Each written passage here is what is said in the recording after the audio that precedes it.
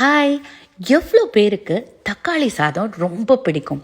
Especially rice without all these garam masala stuff, பூண்டெல்லாம் இல்லாமல் ஆத்தென்டிக்காக நம்ம டிஃபன் பாக்ஸ்லலாம் அந்த காலத்தில் கட்டி கொடுப்பால, அந்த மாதிரி தக்காளி சாதம் உருளைக்கிழங்கோட வச்சு சாப்பிட்டா சான்ஸே இல்லை, அமேசிங்காக இருக்கும். இந்த தக்காளி சாதத்தை ட்ரை பண்ணி உங்கள் ஹஸ்பண்ட்கோ ஒய்ஃப்கோ குழந்தைங்களுக்கோ டிஃபன் பாக்ஸில் கட்டித்தாங்க. They going to come back and give you lots and lots of kisses for that. எப்படி பண்ணுறதுன்னு பார்க்கலாமா? ஒரு கப் ரைஸ் 2 கப்பு தண்ணியில் 4 minutes இன்ஸ்டன்ட் பாட் ஆர் 3-4 விசிலுக்கு குக் பண்ணி தனியாக எடுத்து வச்சுருங்க. இப்போ ஒரு கடாயில் add about 4 to 5 tablespoons of usual vegetable oil or peanut oil.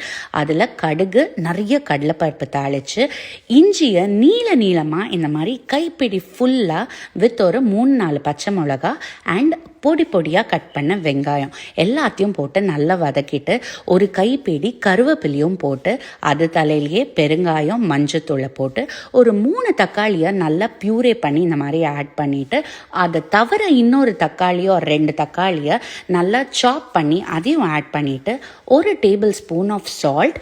இங்கே தான் இருக்குது twist. 2 tablespoon of sambar powder. காரத்துக்கு ஏற்ற மாதிரி நீங்கள் அட்ஜஸ்ட் பண்ணிக்கோங்க.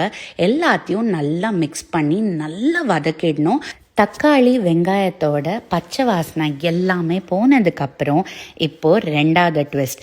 1 tablespoon ஆஃப் தனியா பவுடர். ஃப்ரெஷ்ஷாக அரைச்சாலும் சரி, நம்ம யூஸ்வல் ரெடிமேட் பவுடர் போட்டாலும் சரி, போட்டு இன்னும் 2 நிமிஷம் நல்லா வதக்கிட்டு, இப்போ 3வது ட்விஸ்ட். ஆல்மோஸ்ட் 3/4 கட்டு கொத்தமல்லியை பொடியாக கட் பண்ணி அதையும் இந்த மாதிரி ஆட் பண்ணி எல்லாத்தையும் சேர்த்து இன்னும் ஒரு 2 to 3 minutes நல்லா சுண்டி வந்துடணும் இந்த தக்காளி வெங்காயம் பேஸ்ட். இதுக்கப்புறம் நம்ம ஆல்ரெடி குக் பண்ண ரைஸை இப்போது இதோட சேர்த்து நல்லா மிக்ஸ் பண்ணி விடணும். எந்த இடத்துலையும் வெள்ளையாக சாதம் தெரியக்கூடாது.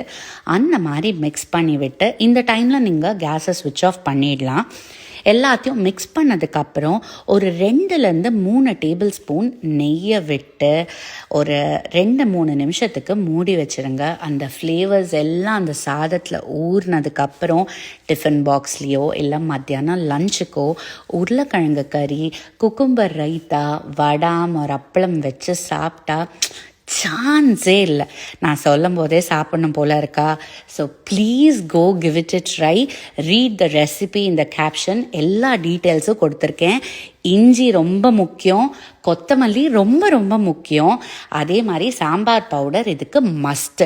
ஸோ இந்த இன்ஸ்ட்ரக்ஷன்ஸை அப்படியே டு த டீ ஃபாலோ பண்ணால் இந்த மாதிரி ஒரு கலர்ஃபுல்லான தக்காளி சாதம் ரெடி. பை.